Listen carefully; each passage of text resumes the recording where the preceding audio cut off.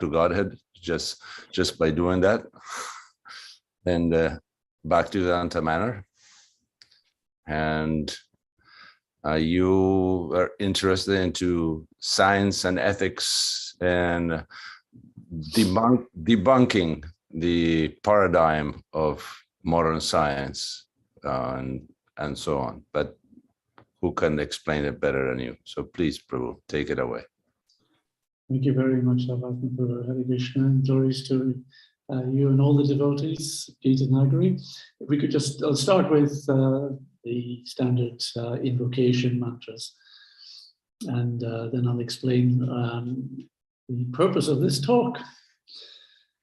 Om Jnanatamrandasya Jnananjana Salakaya Chakshurum Militam Jena Tasmai Shri Gurave Namaha Shri Chaitanya Mano Vishtam Stapitam Dena Bhutale Swayam Rupakatamayam Dadati Swapadantikam Vandeham Shri Guru Shri Yuta Parikamalam Shri Gurun Vaishnavam Cha Shri Rupam Sagrajatam Sahagana Ragnasambitam Tam Sajivam Sadvaitam Sadvarutam Parijana Sahitam Krishna Chaitanya Devam Shri Radha Krishna Padam Sahagana Lalita Shri Vishakam Vitam Cha Namo Om Vishnu Padaya Krishna Prishtaya Bhutale Srimate Bhakti Vedanta Swami Niti Namine Namaste Saraswati Devi Gauravani Pricharine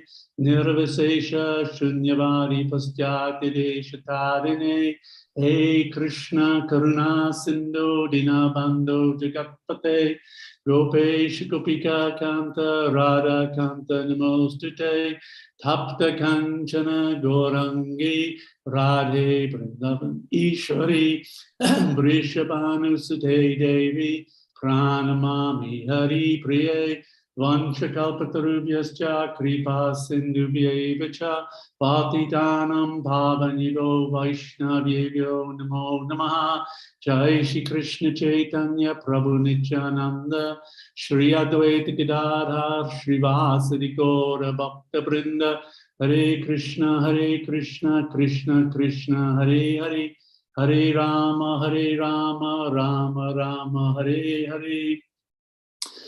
Hare Krishna. Well, thank you, Sarvatma Prabhu, for inviting me back. I take that as things went okay last time. I will require sharing rights, if that's possible, to be able to share my screen, because I'd like to do some slide presentation. And let me show you what that's all about. Agari Prabhu, please. Okay, you're the host now. Go ahead, Prabhu. You can share. Okay, why aren't these coming up yet? This is the one.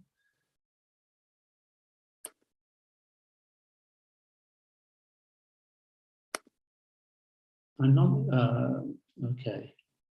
Oh, yes. Sorry, it's my own settings.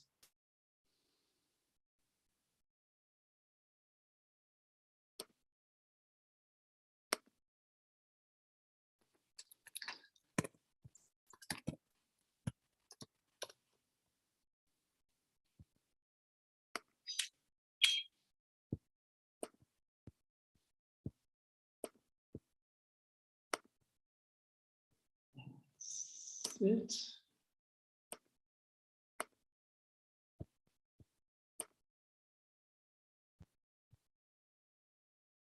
And is that coming up okay? Strange looking picture with the title Beyond the Margins of Reality. Yes, it does. Excellent. All right. I'm taking this title from the book written by two persons, Dean Robert John, who was the Dean of Engineering at Princeton University, and Brenda Dunne. And I'm really doing this as a tribute to Brenda, who was a very close friend of the BI over many years, and particularly in her recent years. and she just passed away just 1 week ago. And I believe that our ISKCON community and the BI in general and specifically owe her a great debt of gratitude for the work she did over 27 years at Princeton University. She was the laboratory manager for what came to be known as the Princeton Engineering Anomalies Research. And this was research set up by that university under the auspices of the Department of Engineering, and Robert John in particular, who was a very, very renowned and respected physicist and engineer. They were able to do so much work trying to show how consciousness and intention can influence the workings of physical systems in a non-physical way.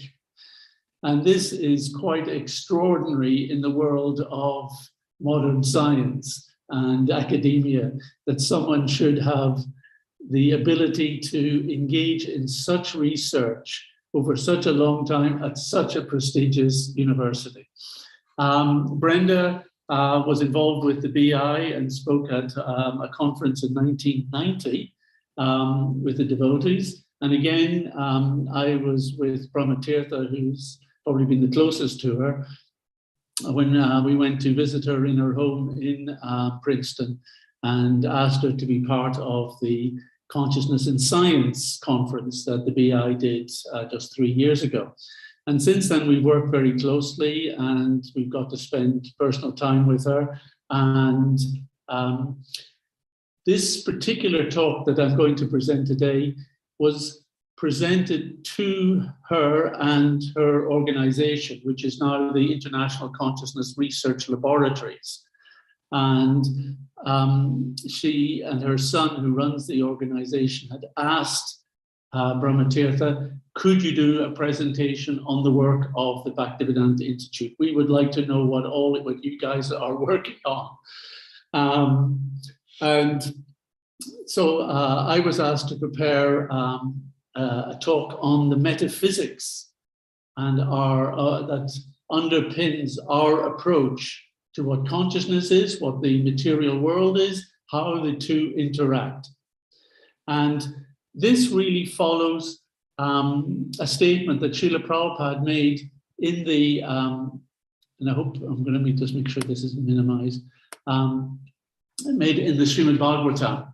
It's in the 3rd canto, chapter 26, which is to do with the material elements. And in verse 34, the ethereal element, Akash, or Kam, is mentioned. And Prabhupada makes this statement in the purport. I think it's known to many devotees. This verse is the potential basis of great scientific research work, for it explains how subtle forms are generated from the ethereal element, what their characteristics and actions are, and how the tangible elements, namely air, fire, water, and earth, are manifested from the subtle form. And there is an incredible truth at the basis of this, that it is consciousness that is primary, and consciousness is able, through volition and intention, is able to manipulate the subtle forms of matter, and thereby the gross physical observable forms that the world takes to our senses.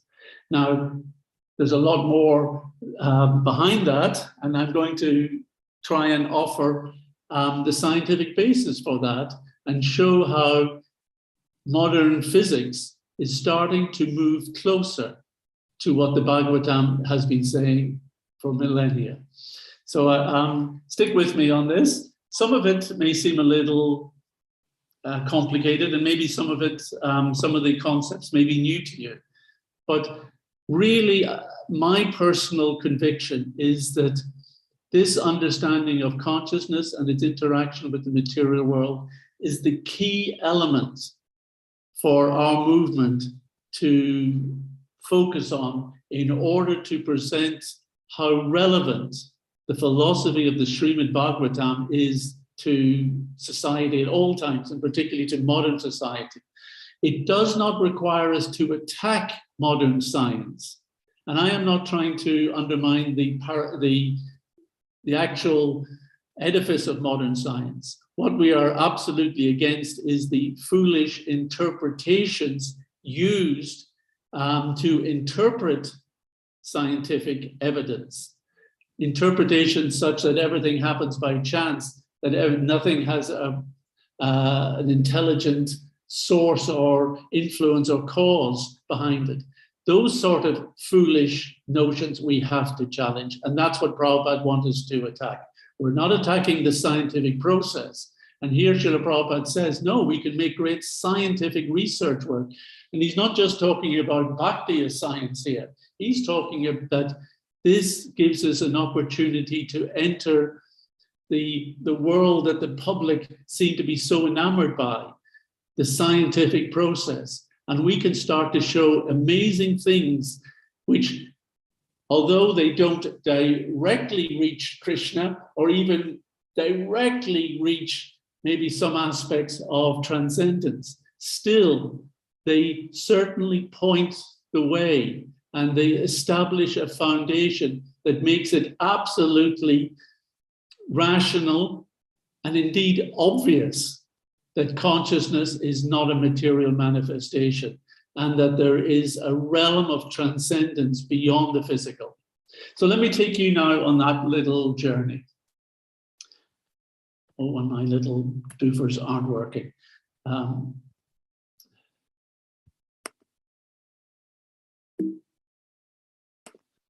Okay, so this is the presentation that I made to the International Consciousness Research Lab. Brenda was present. Actually, she was already ill in hospital at this time, but she was watching from her hospital bed and cheered it on as we went through it. So it has her stamp of approval. Oh dear, oh dear. It has her. My computer wants to go through every single app that it. What? Oh, sorry.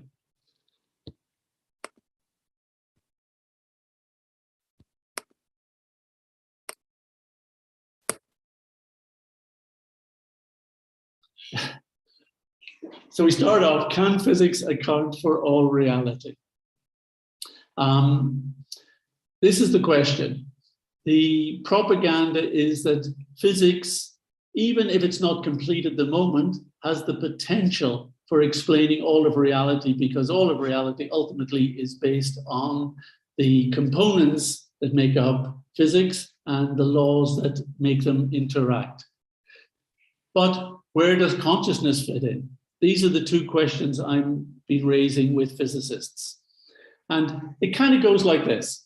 At the moment, quantum physics is seen to be the base level of what we understand in physics. And that gives rise to particle physics. You know, what are the little bits that make up atoms and molecules? And once you get to the stage of atoms, you have atomic physics. And then when atoms interact together to form molecules, you have molecular chemistry. And then from molecular chemistry, particularly when it's based on carbon and a few other specific elements, and starts to become quite complex, you're looking at biochemistry. And from biochemistry, then you have organisms which develop neural systems, and you have the science of neuroscience.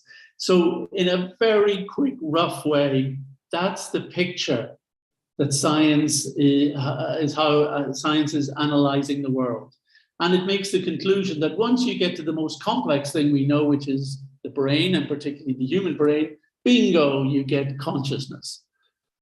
And that's the assumption, because everything has been built up from this system. So we call this the reductive system, because ultimately it's taking the most complex thing and breaking it down to its smallest bits and most fundamental nature, which many people, the propaganda is that that most fundamental basis is quantum physics. But does consciousness come out of the brain? That becomes the first question. How is subjective consciousness produced from physical properties and neural activity? That is still the major question haunting all of science. There is nothing, and I think I mentioned this last time, absolutely nothing that exists within the world of physics, biology, or psychology, or anything that can give a proper account how subjective consciousness, the consciousness that we each enjoy, that makes us understand we're alive and we're experiencing stuff. How is that produced from these physical properties of all these different types of sciences all the way down? So this picture also raises another question, which is currently being explored. And I should mention that this first question, 10, 15 years ago, people in academia and science would have said, no, we've got it covered. You know, consciousness is just a product of the brain, maybe an epiphenomenon of the brain, something that just emerges, an emergent property, but it comes from the brain, but, you know, that's sorted. Now, practically no one can make that statement. Everyone knows consciousness is up for grabs. Consciousness has escaped the lab. It's now loose, and people are now considering very, very interesting alternatives. And the key one being that maybe consciousness isn't a product of physics, maybe consciousness is its own fundamental phenomenon. And this picture then gives a second question that is now being explored. Is there anything below and before the quantum physics stage? The propaganda has been, or the narrative has been, that quantum physics deals with probability states, and whatever states emerge from that probability is random. And it's random because we can't seem to predict. We can only measure after the fact. So people have, you know, claimed that basically at the heart of everything is just randomness. That question is also now being challenged by physicists. And they're wondering, are there rules and properties that underpin quantum physics? And what I'm going to take you through is a little bit of analysis on both those questions. And when you start to see this, you may not fully be able to follow, and we're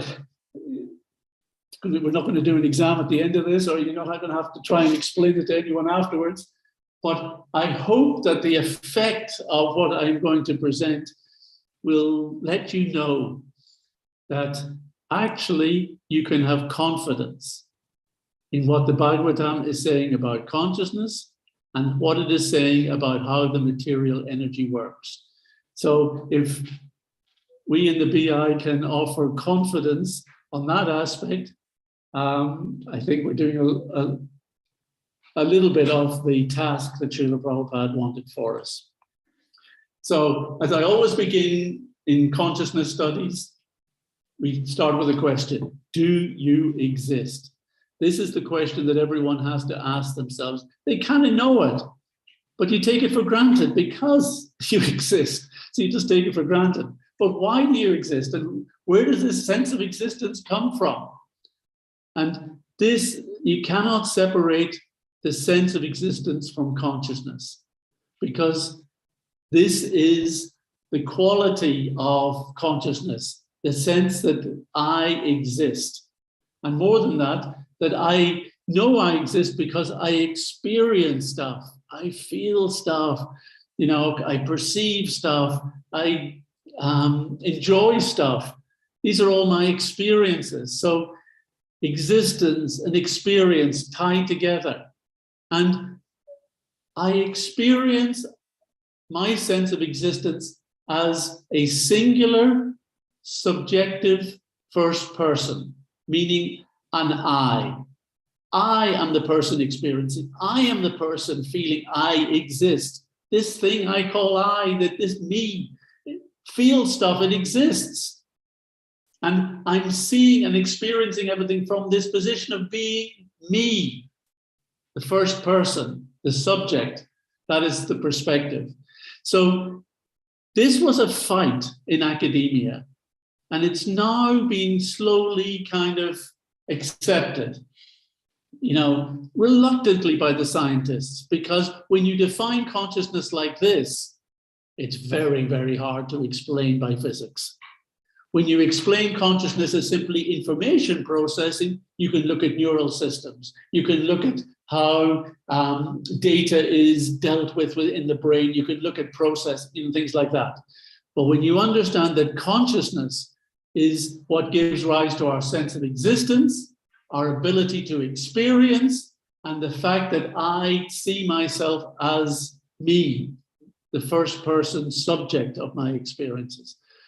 So if you're ever discussing consciousness, make sure that you first qualify the topic of consciousness with these items. Now, this is backed up by even a physicalist philosopher called John Searle. I don't agree with pretty well anything else he says, but he acknowledged this point that the essential trait of consciousness that we need to explain is unified, qualitative subjectivity. So unified means I'm me, I'm just the one me. I'm not many me's. I may have many different views, many different personalities, many different thoughts, but I'm just the one me experiencing all of that. That's unified. Subjectivity, we've talked about, I am the subject of my experiences. And what the stuff that I experience has qualities, that's qualitative. And I'm going to analyze that in a minute. So this is how it works. This is a standard format I borrow from Christoph Koch. Christoph Koch worked with Francis Crick, you know, the guy of DNA fame. After Crick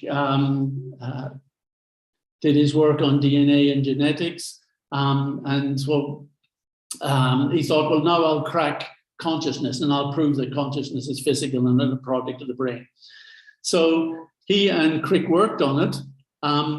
Crick admitted that even though he wrote books saying consciousness comes from the brain, he hadn't proved his theory at all.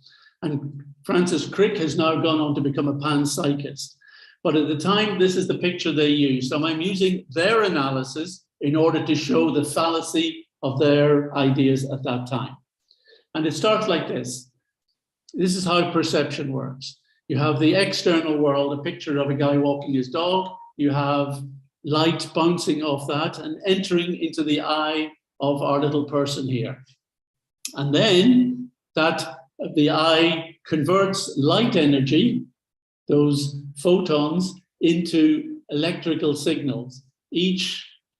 A photon sets off a reaction in a photoreceptor cell in the eye, and a single little bleep electrical signal then is being sent off to the brain. So the eye collects the bleeps from all the different rods and cones in the eye and sends it off down to the back of the brain, to the visual processing part of the cortex.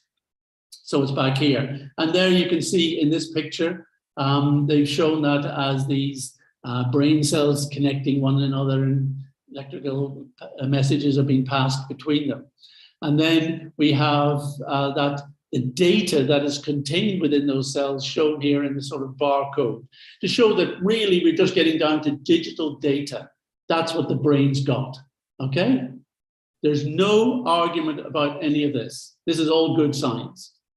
However, the picture that Christoph Koch then showed was this, that then manifests as an image that we experience, a qualitative percept. Percept means it is something, it is the thing that we perceive, and it has qualities. This is a picture. A picture has a shape, it has colors usually, yeah, even if it's grayscale, and it may have movement. You know, so these are qualities of a visual image, of a visual percept. Now the problem is, wait a minute, where did that come from? That qualitative percept is not the picture of the outside world, because remember, the only contact we have with that is the light that came into the eye, and that's already been turned into a little electrical signal that went down to the brain. That's just there. Where does this picture come from? That is the big question. That is the thing that stumps science.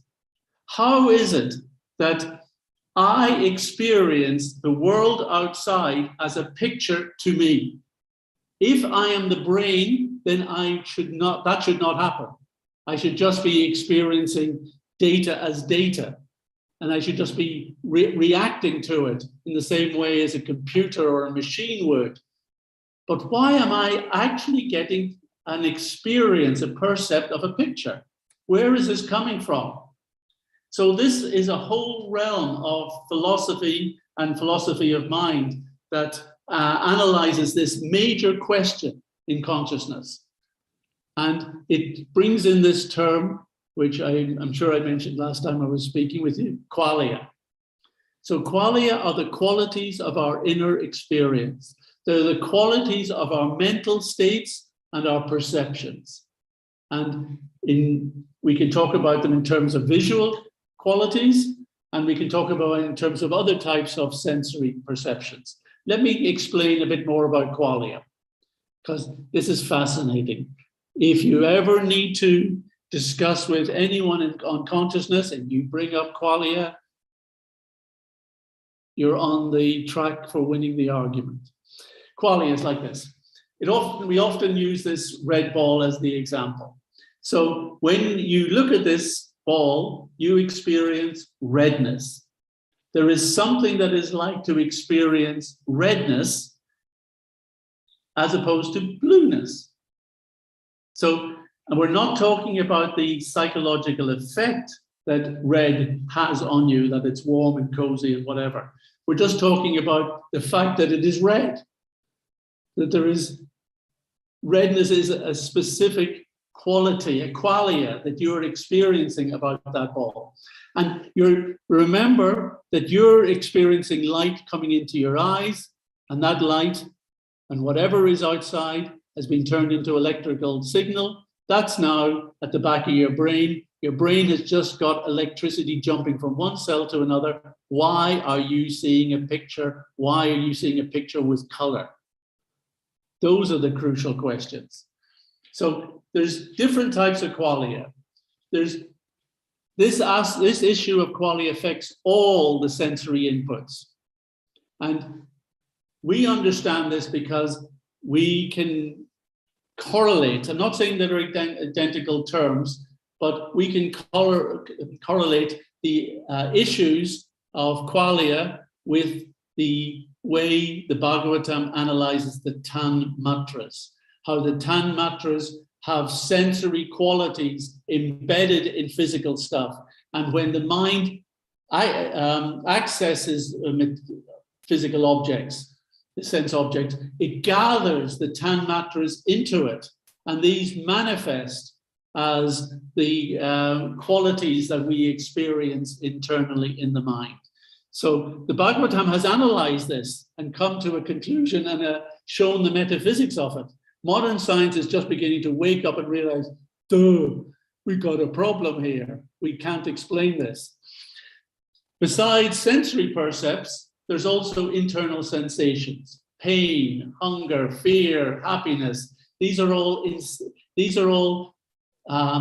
feelings that we have. They're experiential feelings that have qualities. There is something that it is like to feel happy and something that it is like to feel pain. And despite all the advancements in medicine and pharmacology and so on, no one has a clue. Why is it that certain brain activity feels like ouch? It feels painful.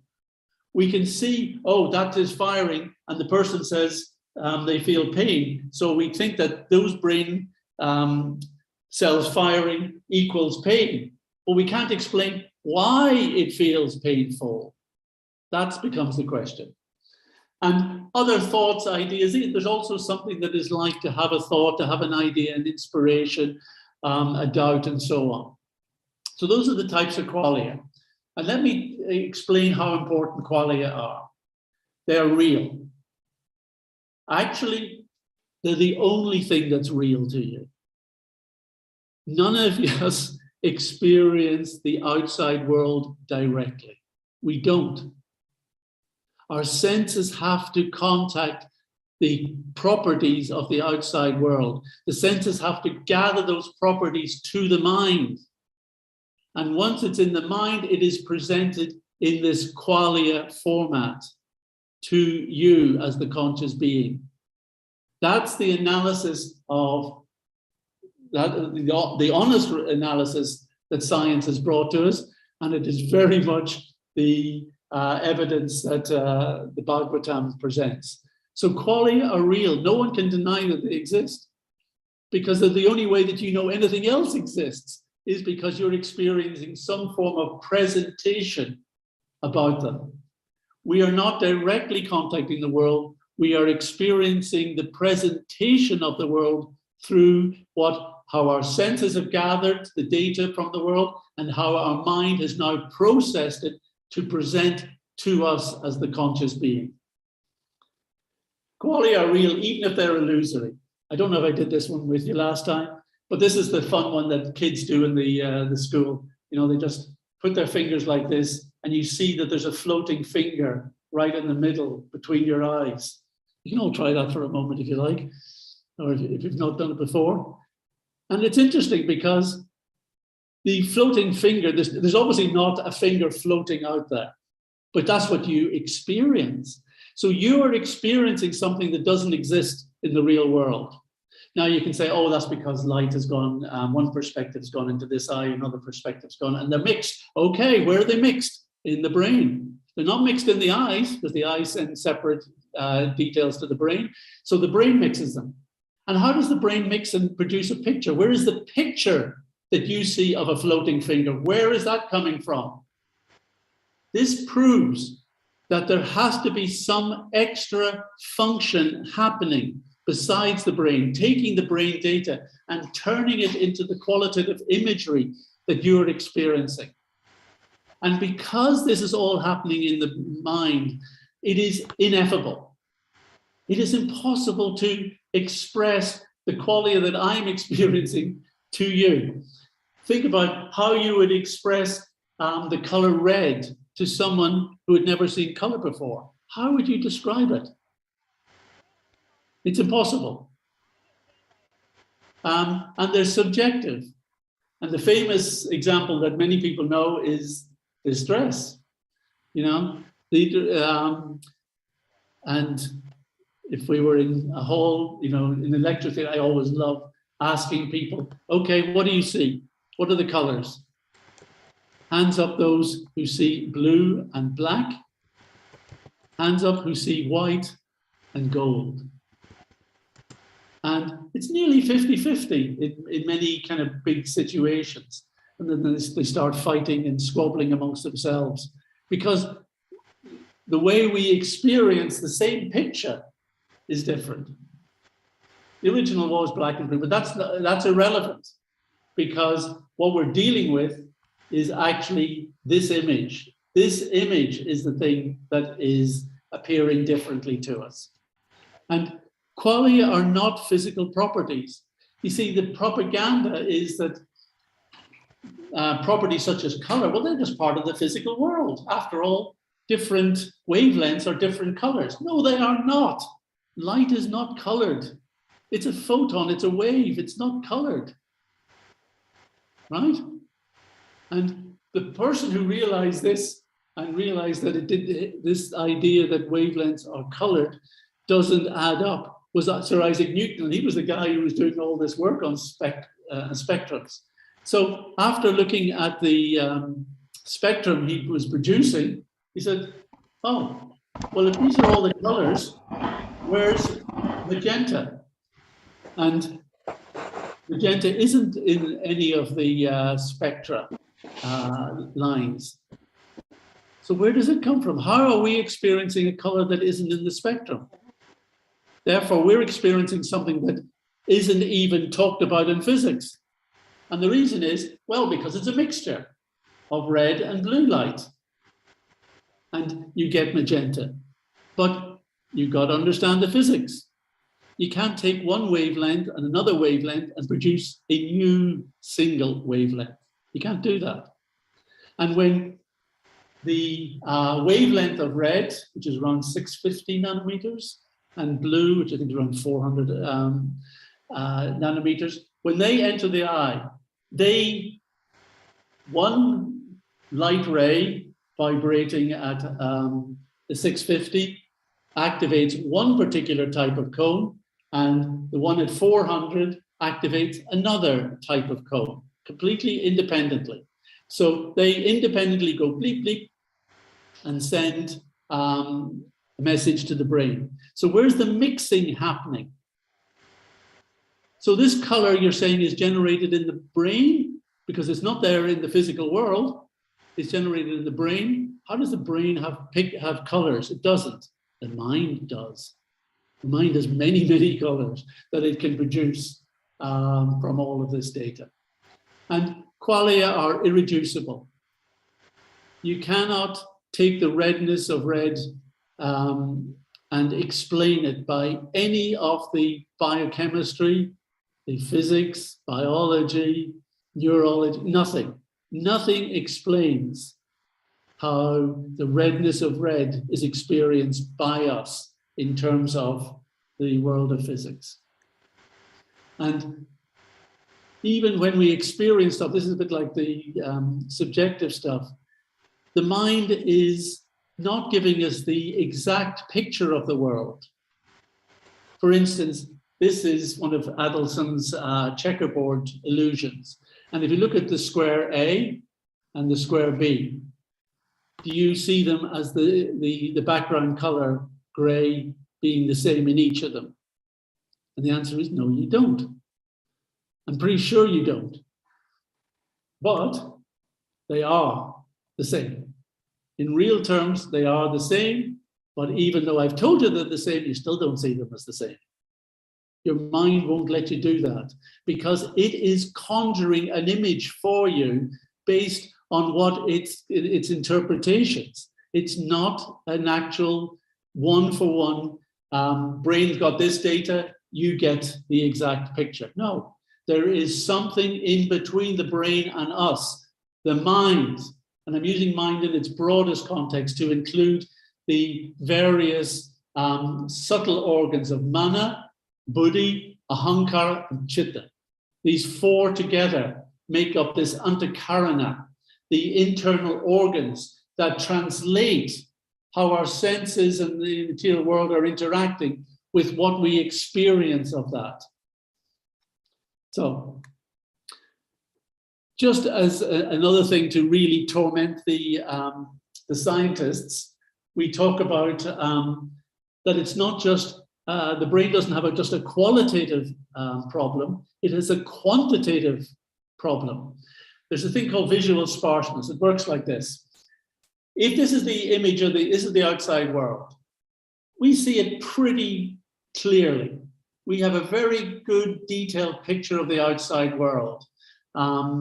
It's full of lots of colors. It's full of lots of details, fine kind of imagery, you know. And we would think that the eye must be a very high pixelated type of camera. And the eye's not bad, but the mechanism that transfers data from the retina to the brain is very poor. And basically, the data reduces from billions to millions to thousands to probably less than something like 500 bits of information are available to the brain. So the brain doesn't have the data that would generate this picture if it was a camera or a computer. Basically, that's what we should be seeing of the world. So that's called visual sparseness. Something is happening, something is aiding our understanding of the world and enhancing the data that our physical, biological senses are getting. Because the Bhagavatam explains that actually the senses are different to the biological organs. There's an obvious relationship, and they are meant to correlate in order to convince us we are this body. But actually, the senses as described as the Gyanendriya, the knowledge acquiring senses, are not the same as the actual physical organs. Therefore, if you relied on the physical organs alone, for instance, the eyes, you would get the picture on the right, just a few little specks of light in darkness. But thanks to the way the subtle senses work, they can gather very detailed tanmatric information about the world and present us such a clear image of the external reality. So those are all the issues leading up to the qualitative percept. So as we said, the first bit, the external world, sensory processing and everything that goes on in the brain, easy stuff. It's very advanced now, but it's considered to be easy because we kind of know what's working on them. There's no argument. The big, hard problem is how is that data manifesting as a qualitative percept? That's the hard problem. And that's not the end of it. There is a further issue. Why is this picture there? And I want you to consider these two images from a couple of old Hollywood films. One is Terminator 2, and we are being given access to the inside of the Terminator's brain or computer, and we're seeing the processing that is going on inside the robot, essentially, and the picture of his target and all the data. And then in the other one, in Iron Man, we have this guy, Dr. Stark, who has created this robotic skeleton machine that he can use to fly around and fight in. And what he's seeing there is the data coming from all the sensors of that machine presented to him so that he can understand what's going on. One of these contains a scientific and philosophical error, and it's clearly the Terminator, because no robot, no machine, no computer requires to turn its data into imagery, words, numbers, etc. like this. It doesn't require that. It doesn't need that sort of interface for itself. It processes data as data. And if electrical input, electrical output, no problem. Whereas the other situation is correct, that for the human being to understand what the machine, his exoskeleton, is picking up from the world, the sensors have to send information to that processing unit, and then that processing unit has to present that data in a way that the human can understand. Hence the pictures, hence the words, hence all those various kind of systems in order to communicate to something that is not itself. And that's what we're talking about. Why this qualitative percept? Why is it there? Never mind how is it there. Why is it there? It must be there because something else is meant to observe that. And that observer we know to be ourselves. The first person observer, me. I am the thing that's experiencing this percept. So qualia exist not just for themselves, but qualia exists because there is an observer to observe and to experience qualia. So this represents the even harder problem. You've got all the easy stuff, but you've got to explain qualia and you've got to explain the observer. And it follows what we all experience in terms of the computing system. You got the red ball, the light from that goes in the little camera, that goes into the CPU, the processor, that's turned into data. And that's all the computer needs. You could set a program for it to respond to that. As soon as it sees a red ball, it sets off an algorithm that goes, okay, make a beep or something, or do whatever you like with it. So action and response, stimulus and response can all be set up algorithmically with data. But that's not what our computers do. They turn that data into a picture on a screen, and it's not for the computer's benefit. It is for the benefit of the observer. So understanding that simple system that we've all got sitting in front of us now, as you watch this, the same parallel of analysis of the world, turning it into data, and then having that data turned into something qualitative by an interface so that it is available to the operator who is not the machine. The operator is not the computer. In the same way that the conscious being cannot be the brain and the body. Otherwise, this process would not be required. So that gives us three types of functions which are being carried out. One is data processing. Another is the interface. And the other is the observer. And this is the three-function model that the Bhagavatam offers. And actually, for European thinking, this is revolutionary. Many academics, many philosophers have analyzed that we seem to have the stuff of the external world, res externa, and then, res mensa, or, the mind stuff. And they just think of all the mind, qualia, consciousness, that's all just mind stuff, isn't it?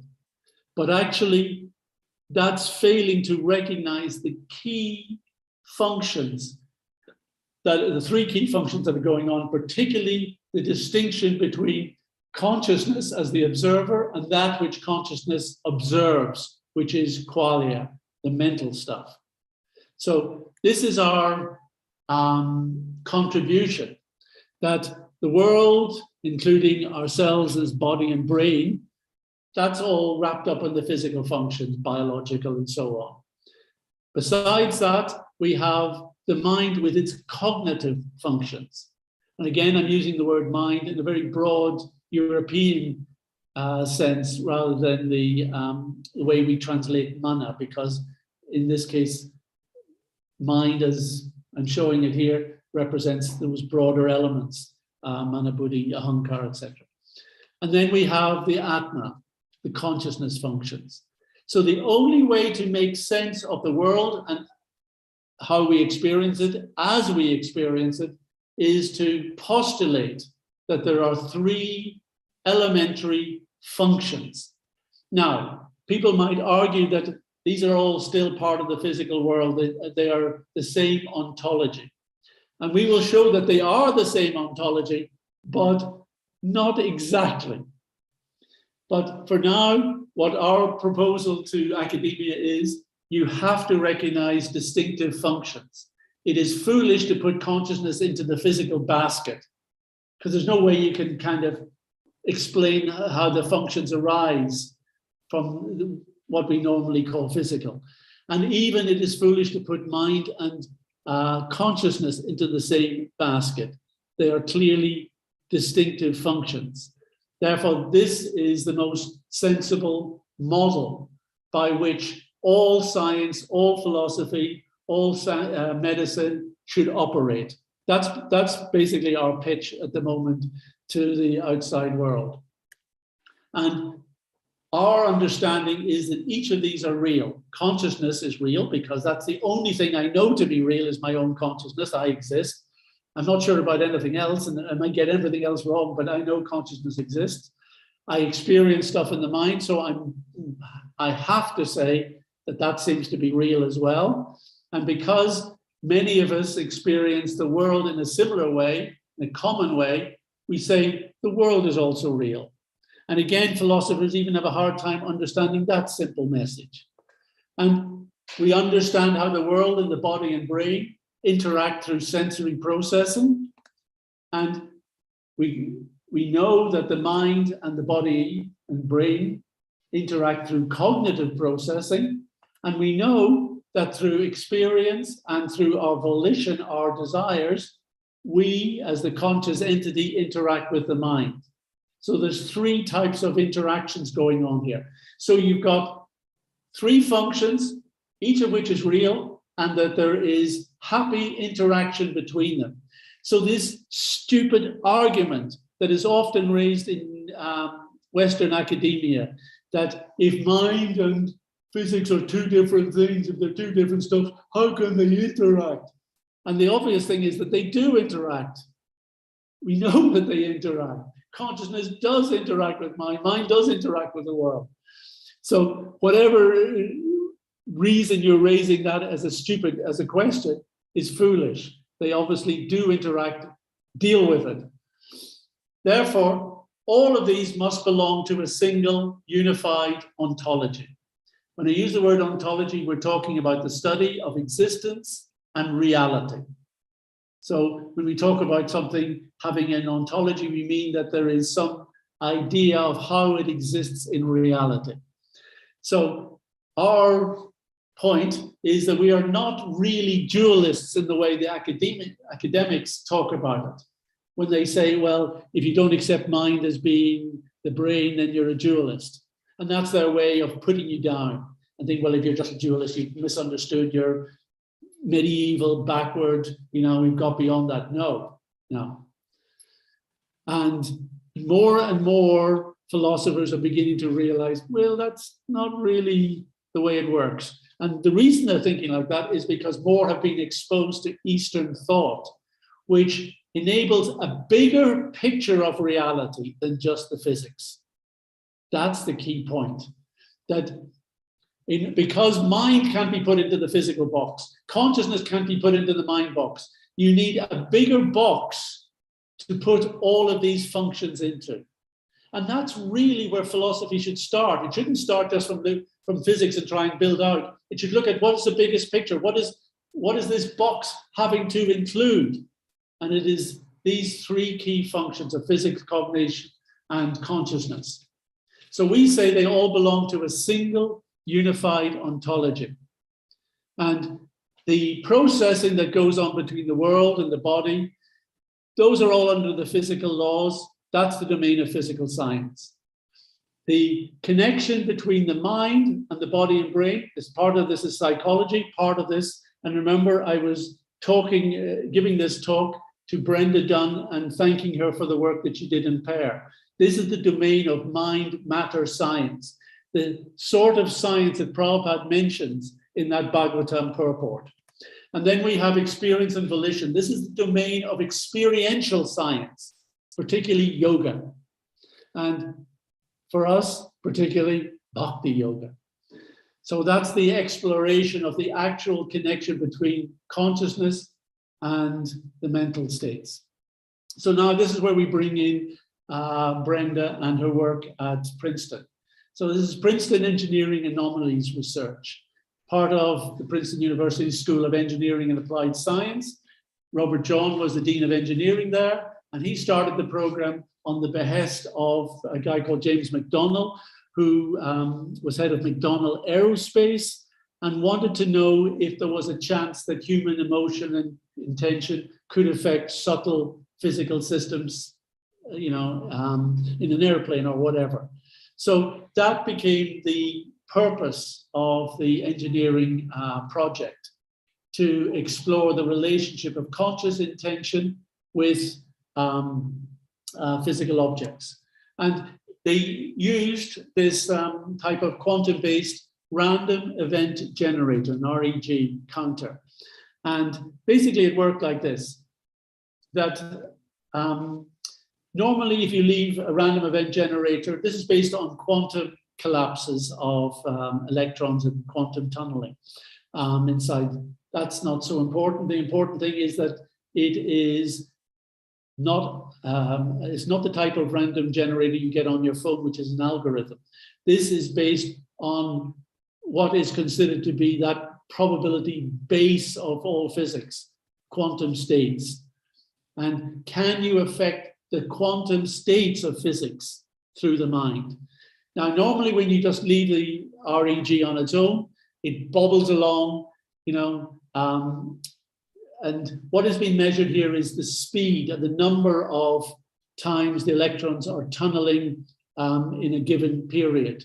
And sometimes that goes up and sometimes it goes down, sometimes up, down, and it bobbles along, and ultimately it kind of forms a baseline.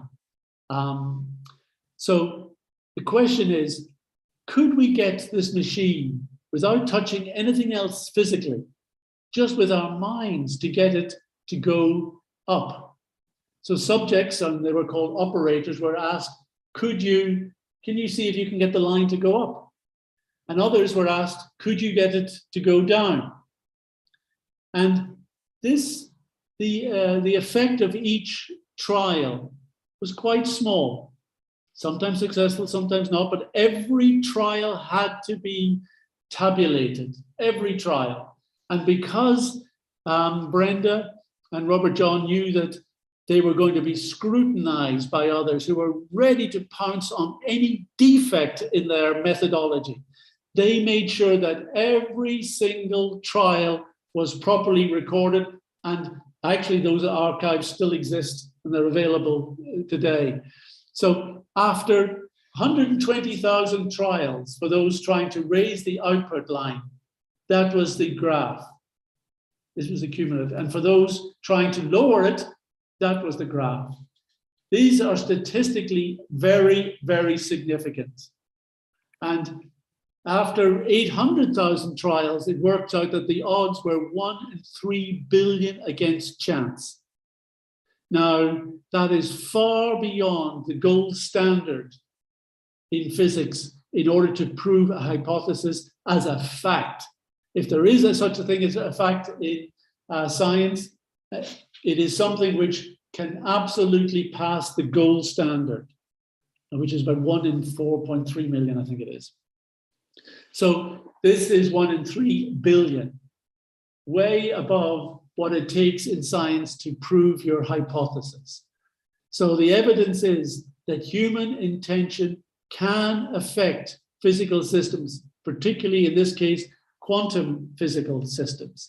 Now, last year, Brenda arranged that all the materials, equipment, and archives that had been in store from Princeton since it closed in 2006-07 was brought to Broughton Hall in the UK. It's a place I know. I'm a friend of the owner, so I was able to attend the installation where they've fitted out some rooms. On the left, there's Brenda explaining that they didn't just use random event generators, they used even mechanical ones. And behind her is a machine they called Murphy, because it was always going wrong.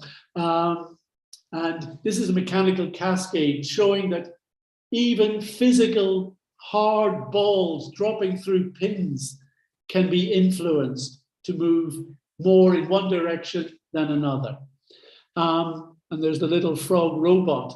And that's a really important thing. And this is where I want to give some special credit to Brenda, not just for her openness and willingness to help Srila Prabhupada in his movement, but I think that she discovered an insight of the universe, which is there in the depth of our philosophy, but maybe we don't appreciate it so much. And I'll explain it like this. A number of laboratories around the world have tried to replicate the results of PEAR. Some of them got some results, none of them got as good results. And therefore they wanted to say, well, we didn't get the gold standard, therefore we're not going to acknowledge that PEAR actually proved its point. And my understanding is that they didn't do the same experiment. What Brenda understood about how the system works is that when the operators are asked to modify the output of the quantum event generator, do you kind of concentrate your mind? Oh, yeah, I'm going to use the power of my mind. Stop. You move, go up. You're going to be. I'm going to manipulate. Like that. If you do, that doesn't produce the results. What she discovered is the best way to get significant results by the operators was when they just relaxed and had fun, when they played with the machine, when they gave up ego, when they gave up the sense of control, when they just said, yeah, okay, if this is how the universe works, let's just see it happen. Let's just do it. Let's just work with it. Let's go with it. Actually, I should have shown it. I have a little video of the frog, and we were calling it over to us. And the reason this robotic thing works is because you're not relating to the physics of the machinery. You're relating to this little critter on top of it and saying, hey, come on over to us. Come on, Freddie, come on, you come to us. And this, I think this is a major secret about the universe. And we know that the world works by Krishna facilitating our desires. Eko bahunam yuvadadati kama. That the one supreme conscious eternal being is facilitating the desires of all the other little conscious eternal beings. So Krishna facilitates the material world for us. Actually, although we often talk, and I will even maybe mention, if we get around to it in this talk, how our consciousness seems to interact with and create changes in the physical world. You know, we're saying these operators were able to change the results of the output of the Princeton machinery. It's like consciousness can control. Now, the Bhagavatam sometimes talks like that, and Prabhupada often talks about how we control our body. Prabhupada, you know, often gives us the idea that we have agency in this world. But at the same time, Prabhupada acknowledges, you know, presents to us in the Bhagavatam how ultimately the workings of the material energy are not controlled by the individual conscious atmas. The Jivatmas do not control Maya. We cannot move Maya. We cannot change it. We cannot do things. We are not the doers in this world. That is being carried out by the systems of Prakriti and the Gunas. And they're under the control of Krishna in his Purusha avatar forms. So the super soul, the Paramatma in this world, the world is his energy and he manipulates it, but he is manipulating it on the basis of our desires. So in one sense, it is when we give up the interest in being controllers and thinking that we have potency and agency in this world, and we appreciate that we're just helpless beings, and the best thing we can do is try and have some fun and hope that the world and whoever is in charge kind of looks after it for us. That's actually what seems to produce the results at PEAR. So it's a very interesting insight that I think she was able to come up with. And it was because of Brenda's involvement and her understanding, let the operators just have fun, play with it, resonate with it. Just don't give, just give up the ego, give up the kind of control, that she got the results. Whereas all these other laboratories are trying to think that it's the power of their thinking or the focus or there's something else that will produce the results. Now, when we talk about volition and control, desire, you know, and the idea of having fun and just giving up control to higher authority, a higher power, is far more potent than the power of our volition. And when we talk about willpower, even more powerful than willpower, than free will, is love. That is the ultimate conclusion in Krishna consciousness. That although we say there cannot be love without free will, actually people can have free will and not exercise love. Love is the primary function, and free will is a kind of secondary emergent thing that comes out of the ability of the Atma to love. And I think that is just one of the things that I particularly credit Brenda with kind of helping me to understand in terms of how this world works. between us and Krishna. I recognize that I've gone over my hour. There's a little bit more I would like to talk about to show how the model that PEAR came up with actually is very close to the Bhagavatam model. But maybe I've done enough on this for now, and maybe we should be taking kind of questions. Prabhu, you have the power. If you have the intention, you can modify the outcome. I'm looking to you as the super soul, certainly as the antaryami of this session, because it is all under your control that we are here and experiencing anything. How long would you like me to take on this? 10, 15 minutes? Yes, if you would like to explain it, that'll be fine. Okay, well, thank you. I'll go back to the, I'm having,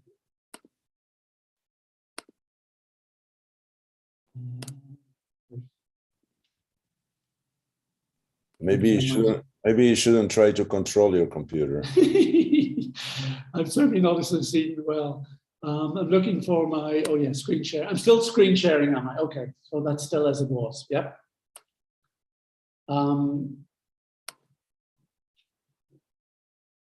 Could you just confirm that, oh, I've gone back to the beginning, I apologize.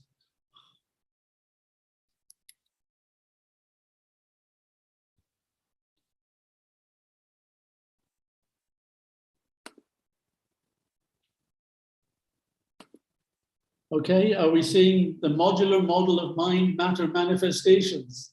Yes? We are. Great. So this M5, the 5 M's, modular model of mind matter manifestations. After all their work, and this has been a familiar refrain in academic science when people do work on the paranormal.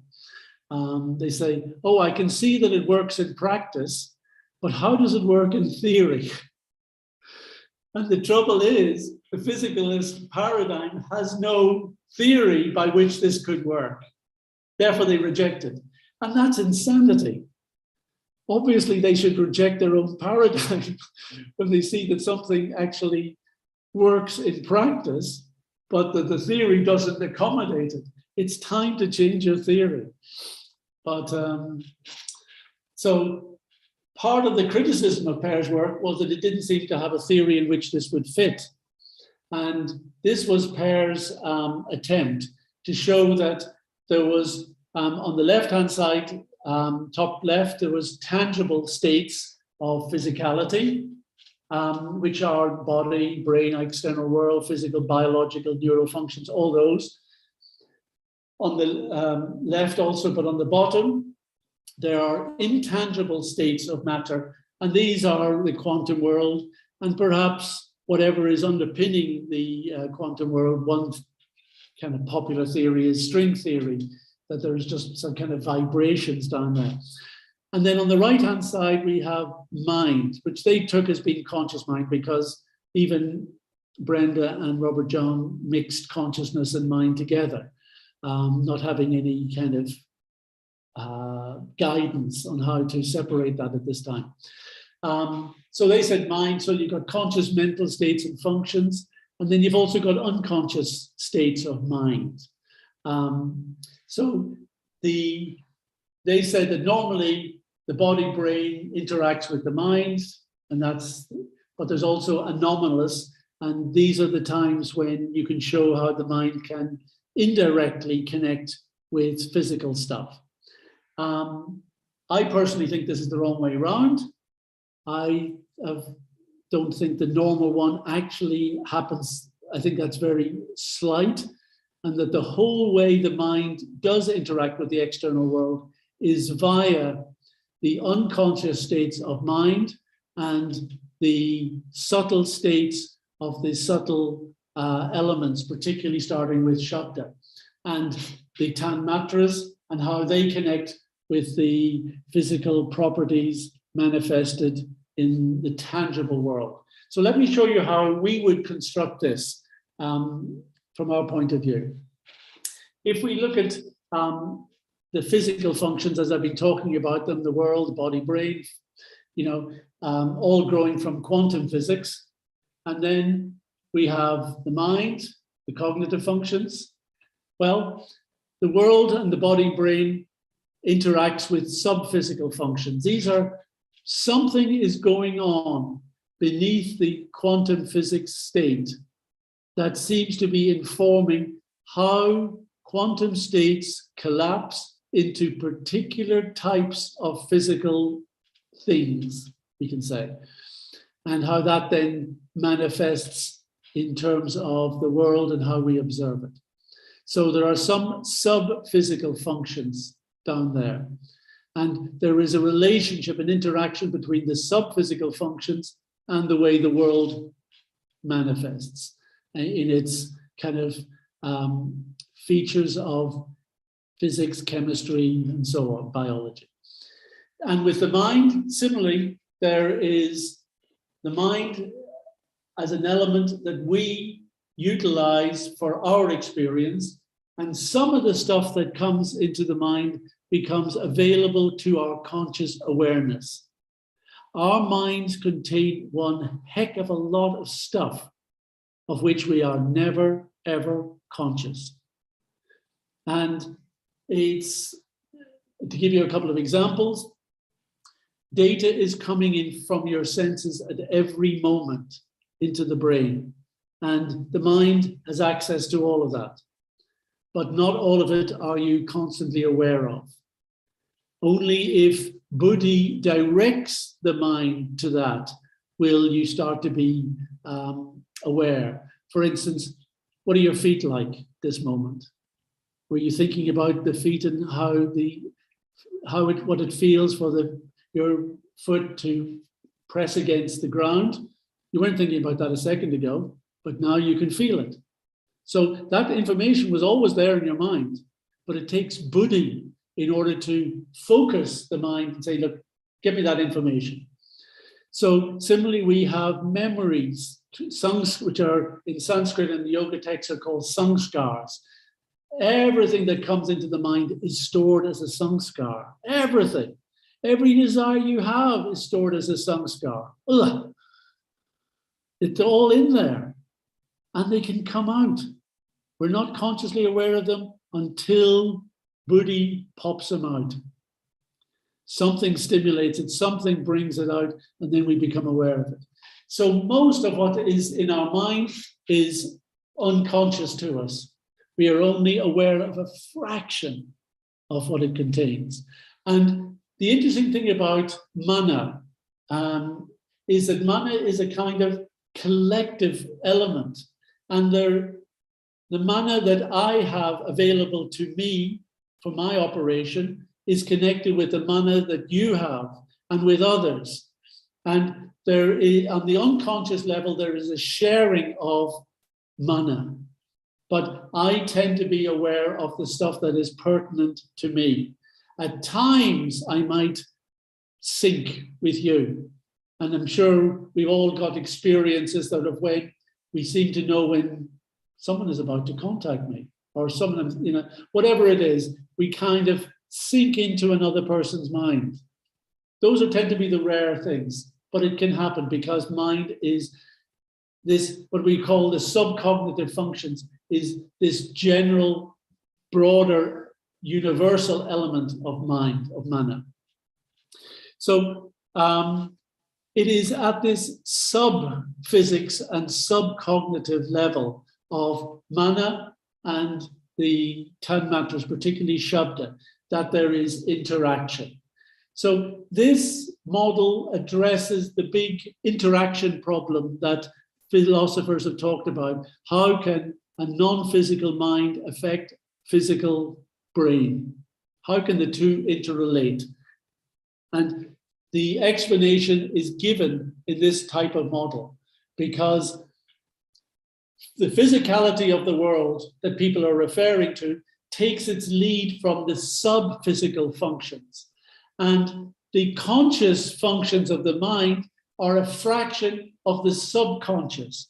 And it is the subconscious elements of mana interacting with the base level of subtlety of the physical world, which is shabda, sound vibration. That is where the connection is, mana and shabda. And that's represented by the green arrow at the bottom there.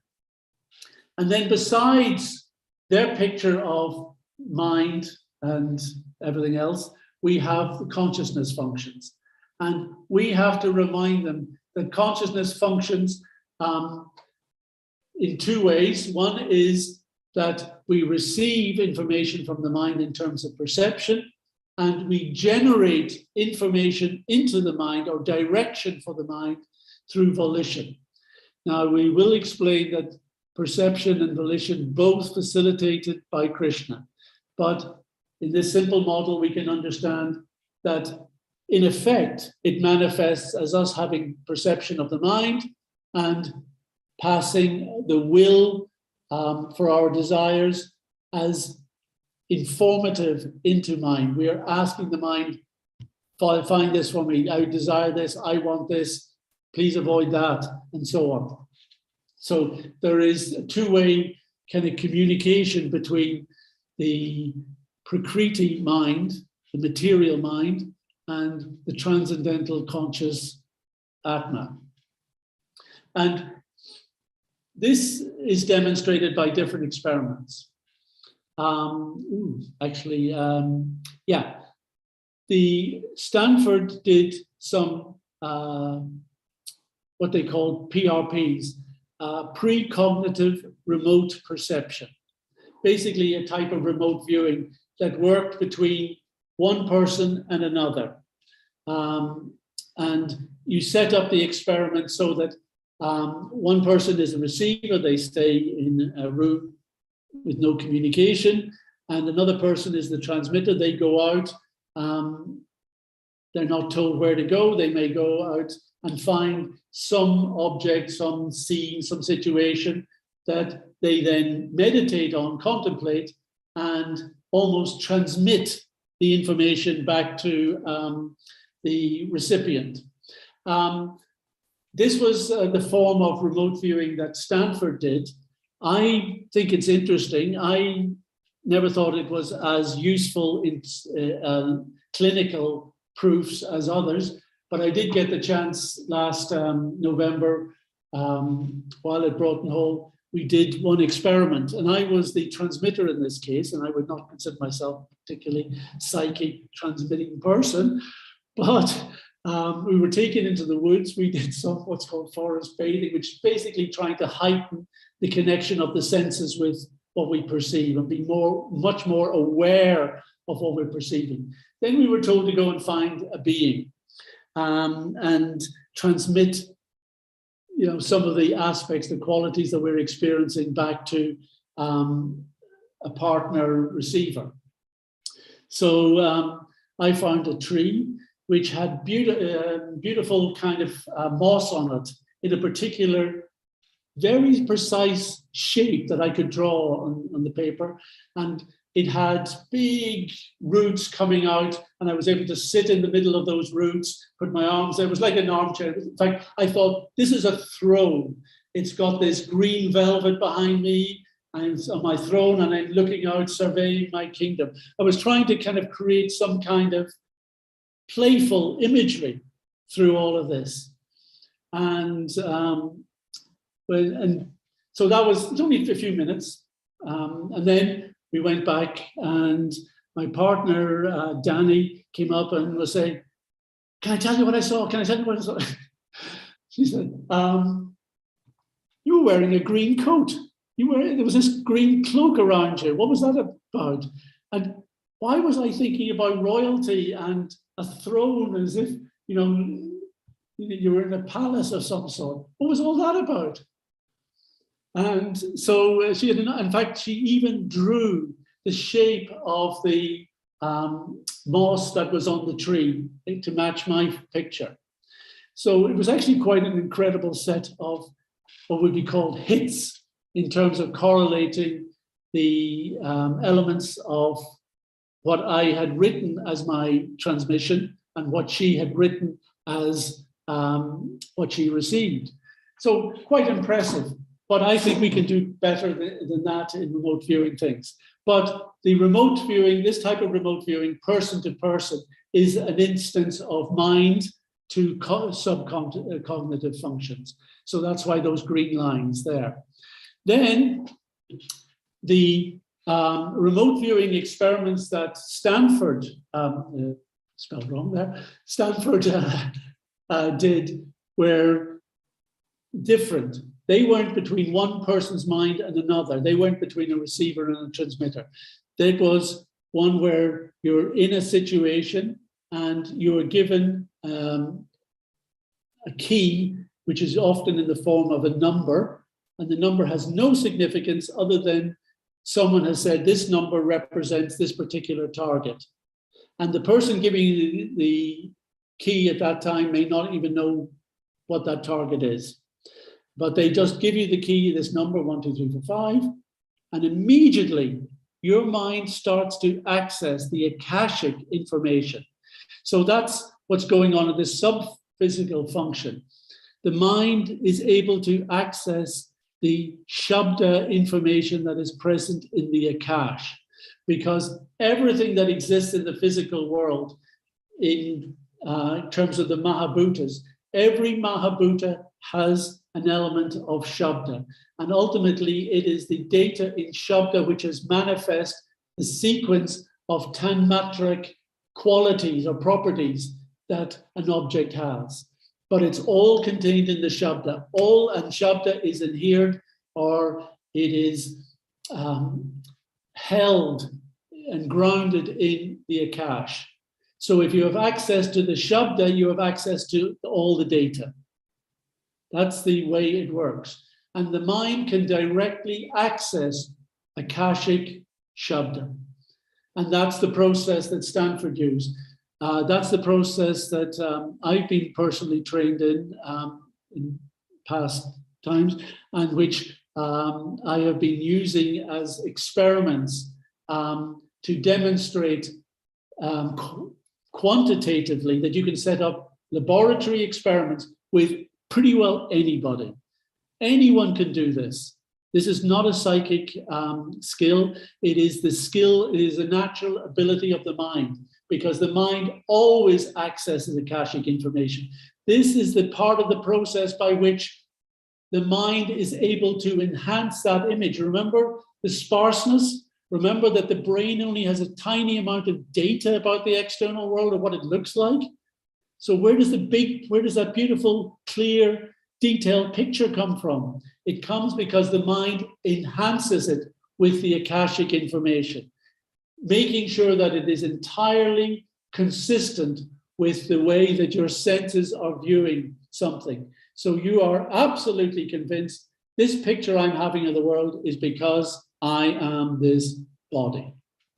But actually, when you look at what the process at work is, you understand, this proves I am not the body. So this particular form of remote viewing, I think, is particularly appropriate if we want to prove clinically how well it works. And at the moment, the BI is getting involved with San Diego University, who have just this summer decided that they are going to start planning out research in remote viewing. They call it time travel. They've given it some other name besides remote viewing because they don't want to be seen to be too woo-woo. But it's very interesting that this, as Prabhupada said, the Akash, the ether, this offers great potential for scientific research. The BI would do it, but it's wonderful that there are others also wishing to do this. And then what the PEAR experiments demonstrated is that there is this connection between mind, the subcognitive functions, through the sub-physical functions, up through quantum physics, manifesting in observable changes to reality, to physical reality. That's what PEAR demonstrated by their experiments. And And I wanted to show you just, and I'll do this quite quickly, how this manifests in terms of how the mind may access the biological brain. Because people keep saying, well, the brain is just physical stuff, you know, and it's controlled by the second law of thermodynamics, you know, and you can't have, you know, forces happening. No, we have a system that actually overrides every physical science objection and demonstrates a plausible route by which non-neural mind can interact with the physicality and control brain activity. So that's a very big claim. And we are basing this on the work of Sir Roger Penrose, who won the Nobel Prize for Physics last year, even though he's now nearly 90, I think he's 90. We spent some time with him a few years ago, and he's been very favorable and pleasant with us. And he has worked on consciousness issues with Stuart Hameroff, who runs the Science of Consciousness conferences every 2 years in Tucson and every other year somewhere in Europe. So very major players in the world of consciousness, neuroscience, physics, and so on. And they have their own theory about consciousness, and it's a bit physical. So I'm not going to present their particular idea, which is based on quantum activity and gravitational waves, and they call it orchestrated objective reduction. What I'm using is the standard accepted facts on which they base their theory. And it goes like this. This is the inside of a brain cell, the big blue bit at the side. You've got the nucleus there shown, and you also have these orange long things called microfibrils and microtubules. And the point is that it's demonstrated that microtubules contain an environment in which quantum activity can take place. And in this situation, these can send out they can turn quantum activity into biological signals, which have an effect on how this brain cell works. Now, the way a brain cell fires is the charge builds up on the outside of it and has a direction of flow showing in red along the axon. So the charge builds up, but there is a threshold that the charge has to pass across in order for the neuron to fire. So here we have 3 positive ions on each side building up, but the threshold is called the axon hillock. And it's stopping, it's holding the charge back. There's no firing in this particular case. Now, you would expect that each neuron would have a fixed axon hillock or a fixed threshold by which it would fire. Because if that threshold isn't fixed, then how does the neuron know to fire or not? And what does it mean if it fires or not if it's just random? But the threshold is not fixed. And in fact, what has been shown is that it is controlled. And it is controlled by the quantum effects within the microtubules.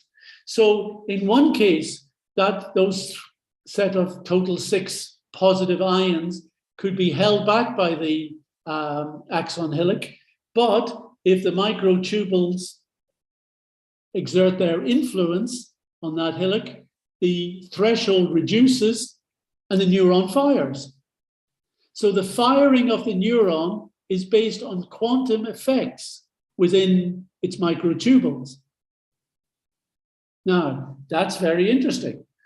Similarly, if the microtubules can even make the threshold be stronger, so that even when you've got 4 on each side, a total of 8 charges, still the threshold has been raised so that the neuron doesn't fire.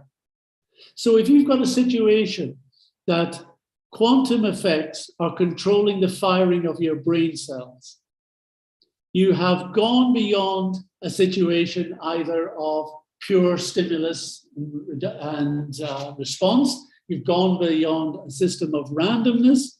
You've gone to a situation where quantum effects are calling the shots. And what have we just demonstrated through the work of Princeton University? That non-neural intention can control quantum effects, could control them going up or down, could control whether the neurons fire or not.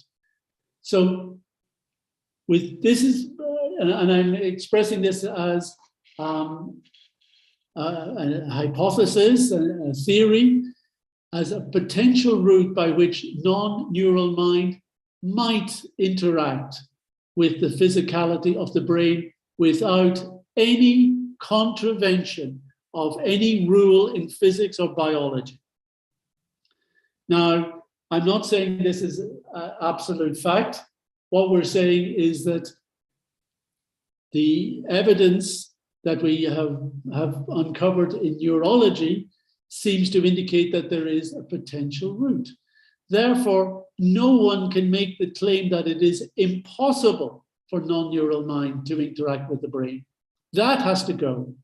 This may or may not be the actual route in the process, but it certainly offers a theory based on observation that discounts the theory that non-neural mind cannot interact with the brain. Because we should understand that a negative theory is also a theory.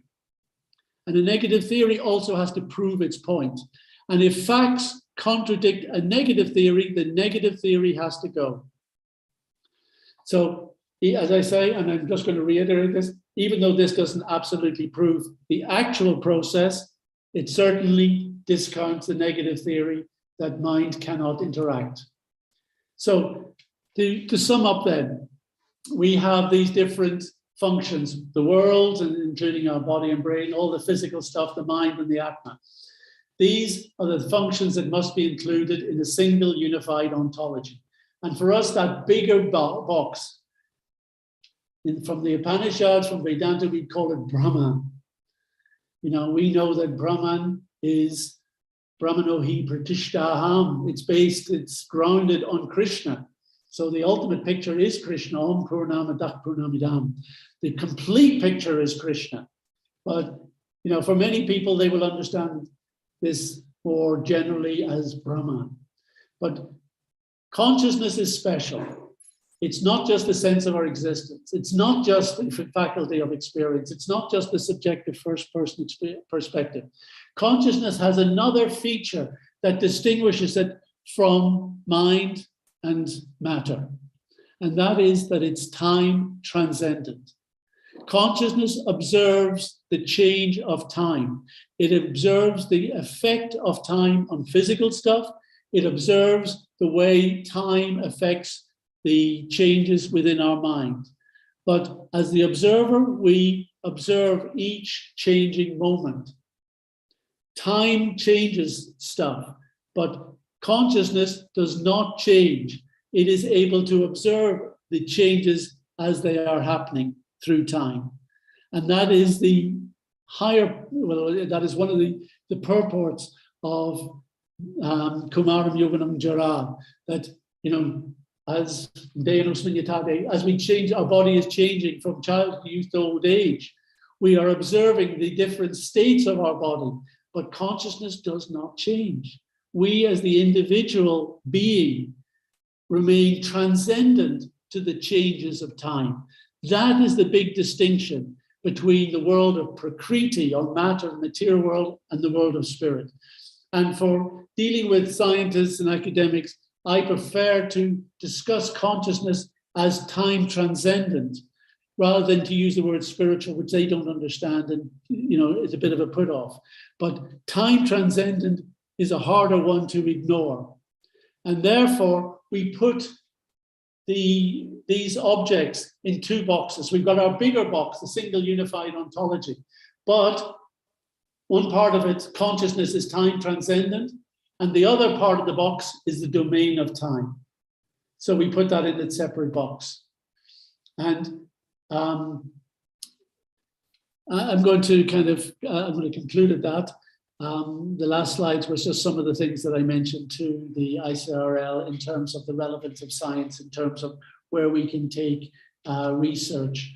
But our interest is to establish this broader picture showing that consciousness, even the mind, cannot fit within the world of physics. You need a bigger box to put physics and mind in, domain of time, that is Prakriti. And you need a bigger box to put Prakriti and consciousness together, that is the world of Brahman.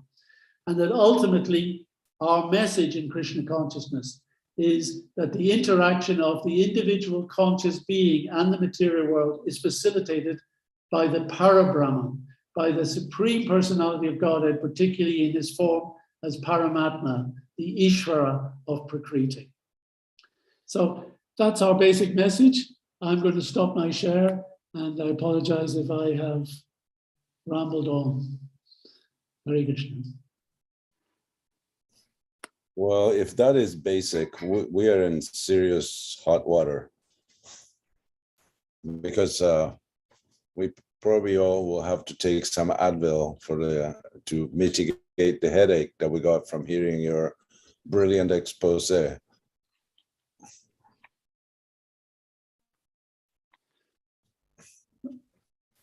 I apologize if any of it was seemed complex. No, it was just this is not the way that we, the commoners, think. To you, it may be a simply 1, 2, 3 step, and we somehow can follow it. But put all together is quite a mouthful, and we thank you for that. This is actually good training. I think that I think a number of us involved with the BI laments that the BI seems to have failed, or at least been too dormant, too latent in recent decades. And that the excitement that we had in the late 70s, early 80s about the research into consciousness and physics and all these other topics just hasn't really become part of the articulation, just hasn't been part of the discourse within our ISKCON society. Because the metaphysics of Krishna consciousness are just incredible, you know? But when we read the Bhagavatam, we tend to gloss over them. Oh yeah, just elements again. Okay, let's get onto the Leela, let's get onto the good stuff about Bhakti and things like that. But it's amazing stuff, and our faith in Krishna should give us faith in the metaphysics. And when we delve into the metaphysics, that will give you faith in how wonderful Krishna is and how amazingly he set up the world for our involvement in it, matching the experiences of the spiritual world in this kind of incredible reflection that we experience in the material world, which is so absorbing, so interesting, so attractive for us. And it's all our own fault for getting involved with it. No one to blame but ourselves. And I think that it also offers insights in jnana and vairagya, in knowledge and detachment, which are there to help us on the path of bhakti. Good, very good point. Any of the devotees for Akhandadhi Prabhu? This will be a good time. Okay, there is a question there. Hare Krishna Prabhu. Hare Krishna Prabhu, thank you so much for your insightful presentation. This is really what my mind thrives on, or at least assists on, this kind of presentation on the Bhagavatam. And obviously, you're presenting a strong case that the speaker of the Bhagavad Gita, Krishna, should receive a posthumous Nobel Peace Prize on physics because he's really the most brilliant brain that anyone has ever known in all of existence. So thank you so much, Prabhu, for presenting Krishna in this way. My question relates to Krishna's explanation on attachment. While contemplating the sense objects, one develops an attachment for them. And obviously, as you presented Qualia, one becomes attached to the properties of those particular sense objects. So fatness, thinness, however in which they're subtended in our mind. So from a Qualia perspective, how would you, what is actually going on? Why, when one, say for example, I want to buy a new car, like I will see that car just like everywhere. So if I want to buy a new vacuum cleaner or whatever, so all of a sudden material nature seems to be presenting the sense object more and more. Even with regards to conjugal love, if a boy meets a girl, he just sees this individual everywhere. So is it the three modes of material nature that are persisting these properties towards the observer, like as a push force, or is it more of a pull force that the observer is pulling these properties, from the Akash, and therefore this is what they observe as their everyday reality? Very, very interesting point.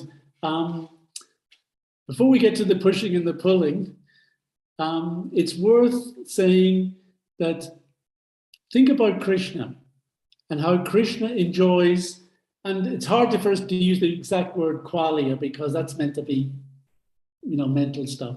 But in one sense, it's spiritual qualia. When Krishna sees his devotees, he's attracted by them. He loves the form of the gopis. He loves to think about his friends and the activities they do. He enjoys the prasadam that is offered. He enjoys qualities of his experience, isn't it? And he relates the qualities to the devotee. So he enjoys that devotee. So he has remembrances, he has appreciation, he has desires connected with all the experience that he's having. That's Krishna.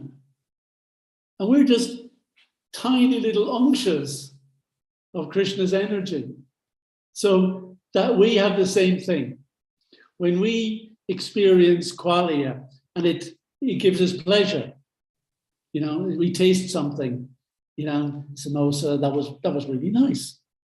So that experience sits as samskars in the mind. Remember I mentioned about samskars?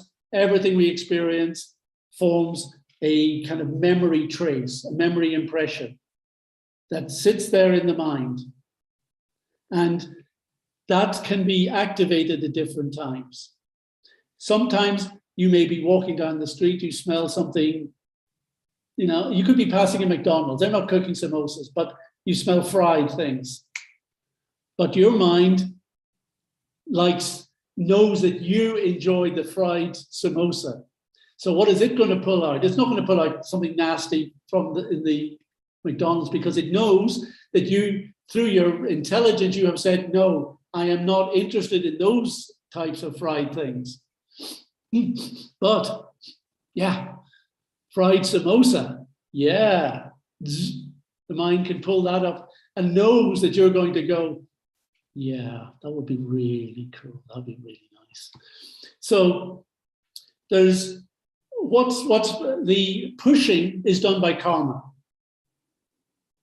By your karmic destiny, situations will come up which will inspire the mind to entice you with those things. But your volition is also going to do some pushing.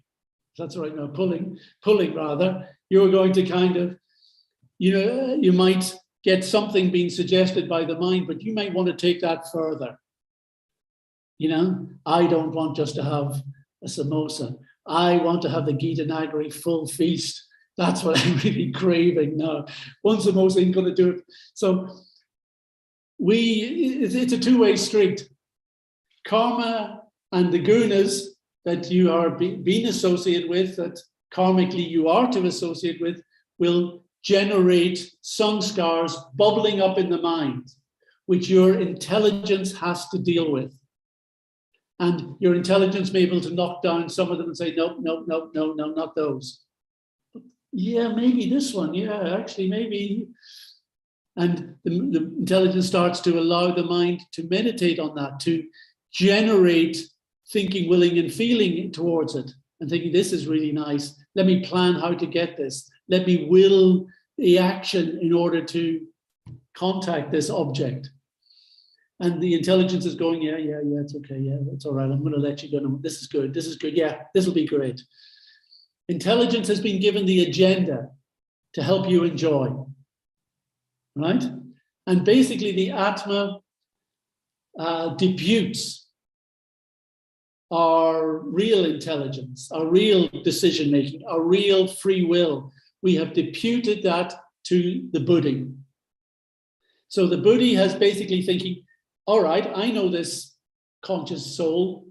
I know what he wants. I'm going to arrange things that he will enjoy and be happy with, and I will arrange to avoid the things that he told me he doesn't like. So it's like going on your computer in a program and setting the preferences. I want to know these notifications, notify me from this, this, and this, but I don't want to know the notifications about those. So I don't want to know the notifications about meat, fish, and eggs, right? But I want to know samosas, burfing, those notifications you can send me anytime. So those are set by Buddhi. And so therefore the mind has got something to gauge its accepting and rejecting. So it's a very, very, very complex process and very difficult to control. And the way that different purification and discipline systems work is that some systems want you to do yajnas so that you avoid doing bad stuff. You keep on doing good stuff. Some of it want you to be a tyagi, control the senses very strictly. Some of it want you to be a meditator, controlling the mind. Some of it want you to do the yoga processes, particularly, say, Ashtanga, that's control of Buddhi. But the Bhakti yoga system is different. Instead of trying to control activities down the line, either our activities or our mind or intelligence, what we try to control and make a change in is ahankara, our identity. By absorbing ourselves that I am the servant of Krishna, then automatically the Buddhi has something to work with, hasn't it? It's now got to orientate itself as a devotee of Krishna, not as an enjoyer of the material world. And when it does that, the mind no longer finds that some of the stuff it could have suggested to you a few years ago work anymore, because it's not relevant to the Buddhi. It's not their notifications. And Buddhi is really trying to just follow this directive that I am a devotee of Krishna.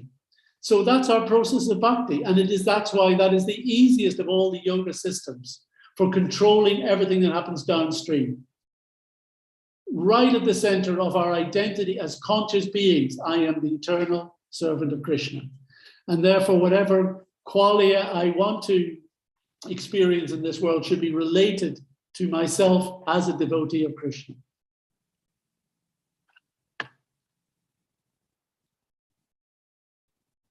Thank you so much, Prabhu. Thank you. Good to see you again, Prabhu. Good to see you too. Thank you for updating your slides. They look much more modern compared to the Atma paradigm. It's all a work in progress. Thank you. Anything else, devotees? I have another question, but I want to give the others a chance.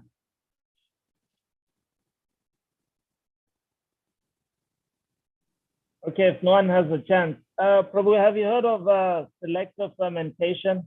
That's used to create flavors using a microbiology process by programming bacteria to basically produce the same kind of texture, flavor, aroma that's found in, say, meat, and produce patties that aren't made from meat, but they taste like meat. So one company in the US is called Beyond Meat. Another one is Perfect Day. They're making a protein that has the same properties as protein derived from milk, but they're just fermenting. I forget what their base is. The Beyond Meat, they are fermenting soya to create these patties that taste exactly like meat. And then Perfect Day, they're using another base. I think it's just plant, that specific plant. So, and they're programming these bacteria using light. So, yeah, in terms of those properties of creating food that tastes like what people are already attached to, could we develop similar technologies with our understanding of Qualia? Because Gitanagari is in the food business. So to make, and also it has large applications because we know protein derived from cows, it's not scalable. Concentrated animal feed operations are producing so many carbon emissions. So could we, develop more technologies in that direction?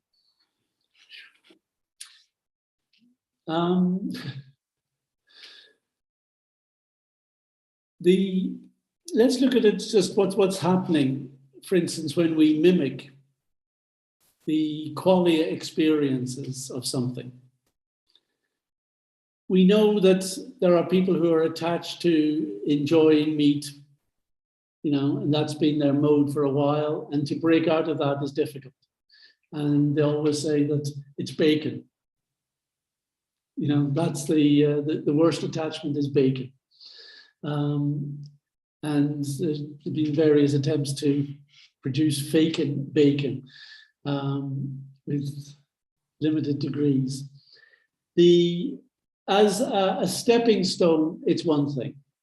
I think it's a stepping stone, maybe it's a help, because there cannot be the same karma involved in eating a meat substitute and even offering it, you can offer it to Krishna, than the actual meat thing. However, what you're still playing with is the mind's ability to stimulate those sanskars. So the same taste sanskars are being stimulated. And therefore, that might be not as helpful. It may be helpful in as a preliminary stage to get one free, but still the attachment will be there to the taste. And ultimately we do want to see our tastes move towards sattvic modes rather than the flavors, the smells, the textures of the tamasic or rajasic states. We do want them to naturally gravitate. So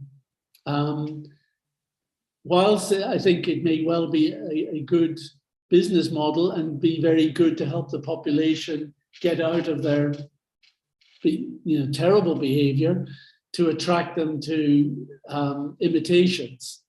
And I'm sure we all kind of, in circumstances, I think yesterday we were offered some kind of meat substitute in one place, and as a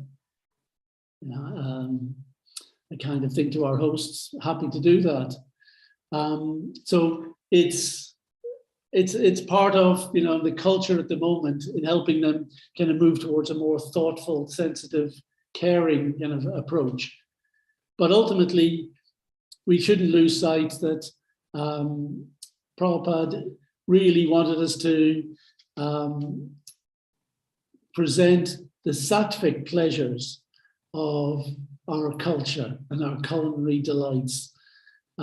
Sometimes we overdo it and we make the sattvic thing just too much sugar or too much cream in the subject.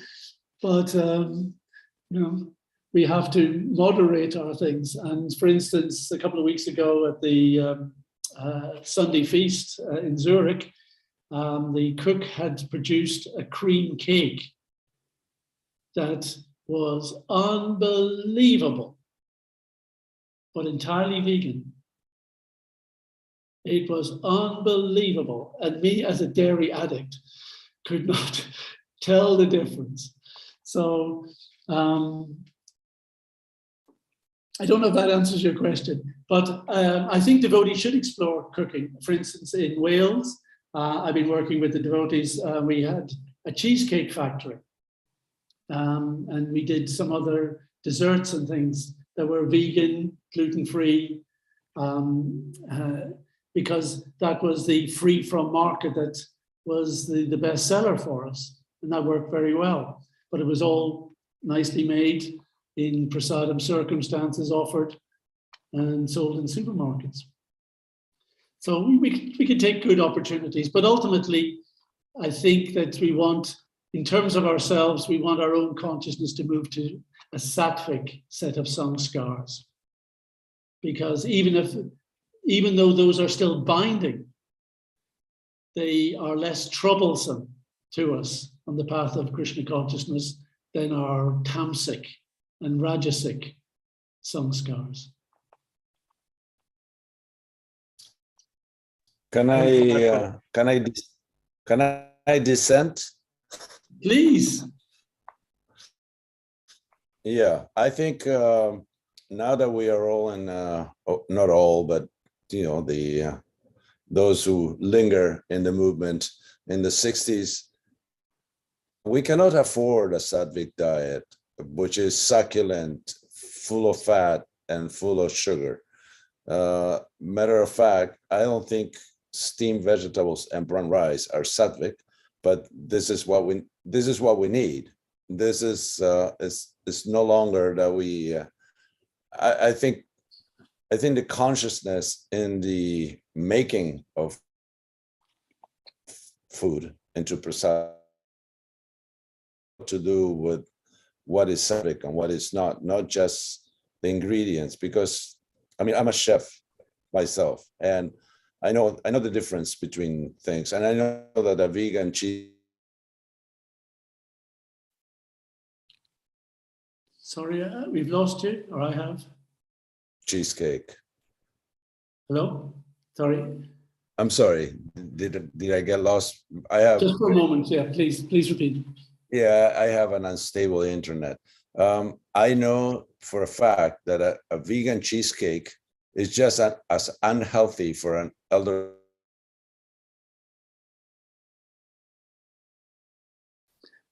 And say there's a lot of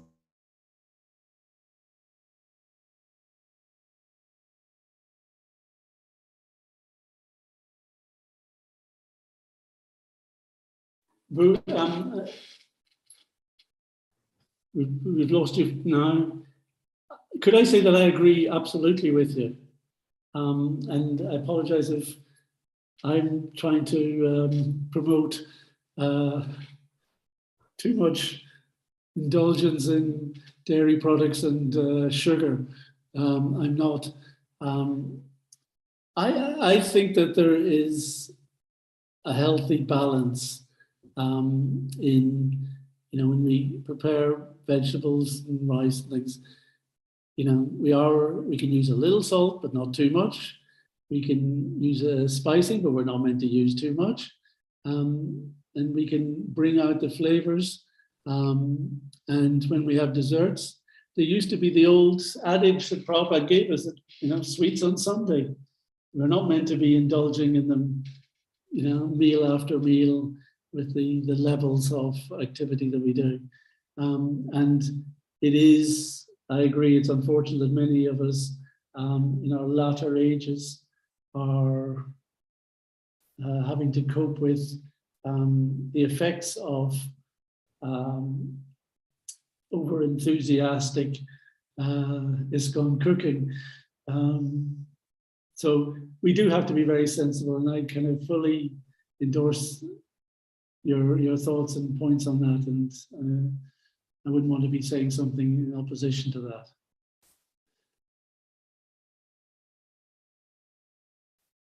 By that point. Okay, the 2-hour mark, I think, has been wonderful, and we should give you some kind of respite and go on with our activities.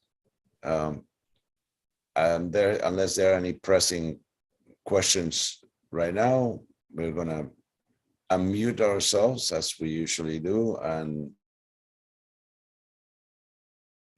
in person, if not in situ. So my name, I'm very grateful that you are with us and you have presented so explicitly and so succinctly, actually, such a difficult subject. And we thank you, and we hope you come back and do it again. Thank you very much, Prabhu. Boris? Thank you so much, Prabhu. Hare Krishna. Thank you. Thank you so much.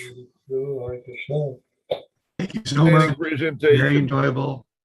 Hare Krishna. Hare Krishna. Glories to you all. Glories to Srila Prabhupada. Thank you.